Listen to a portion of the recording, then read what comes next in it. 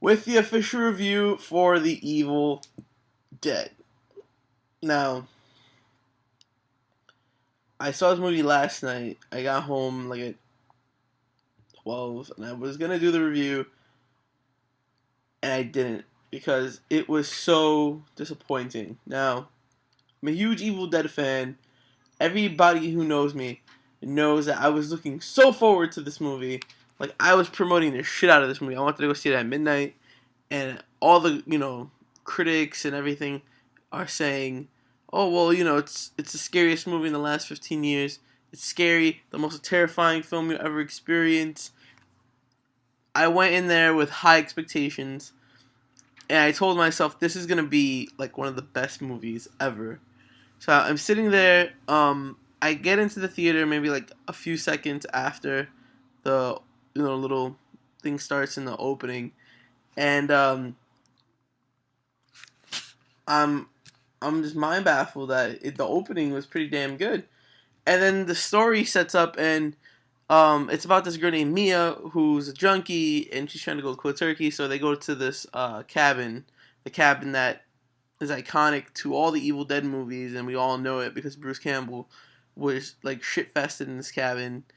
And in the beginning of the movie, look around and you'll spot a few things that are like Easter eggs. Like, I'm gonna give one away.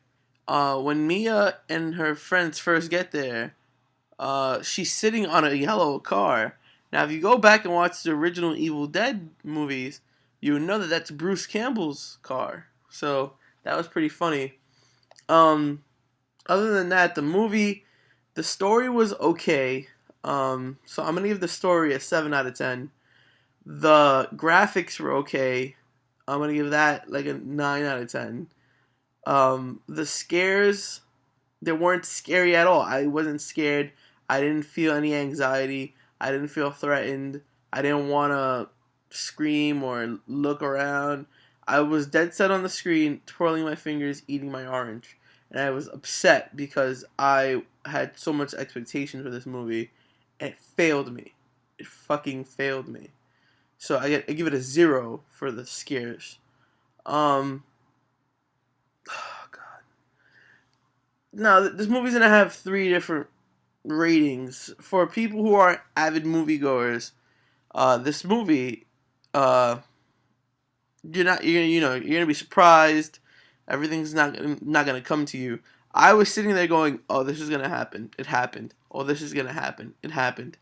It was predictable. It was gullible, and there was nothing like exciting about it really. I mean, other than the gore fest, which they tried to pass off for scares because I guess since we took a few years break from Saw, everybody sees gore and they start freaking out in the movie. Oh my God, the blood! Oh my God, the hand! Ah!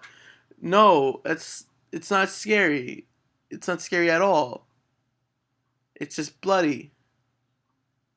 You know what I mean? There was no tension. There was no build up for these scares. It was kind of like, I'm gonna cut my face. I'm gonna cut my hand. Okay, I'm walking down here. Oh, this is happening so fast. Okay, there you go. All right. And like movies like this is a terrible example, by the way, because all of you guys hate these movies and I love them. Paranormal Activity. Okay, even Sinister. Quiet scenes build anxiety. Something happens, like something small. You're like, oh, that's not the only thing that's gonna happen, is it?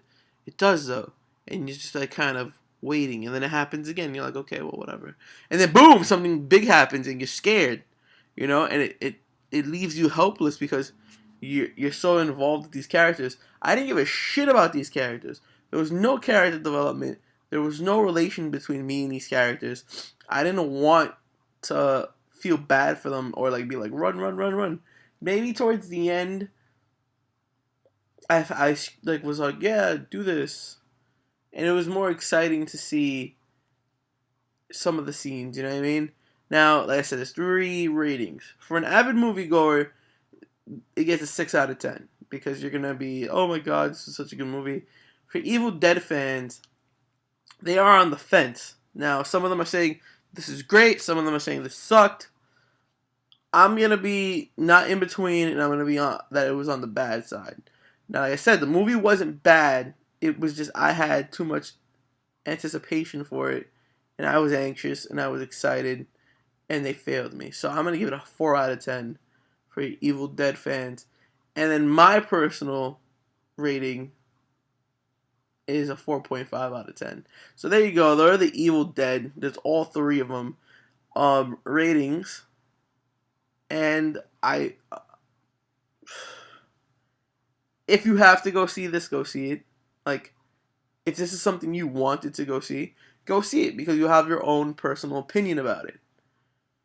But if you can skip it and wait for it for Redbox or even to buy it, it's something I'd probably buy just to have it in my collection, just sitting there. When people come over, let's watch Evil Dead. Okay, I'll throw it on. Then do that.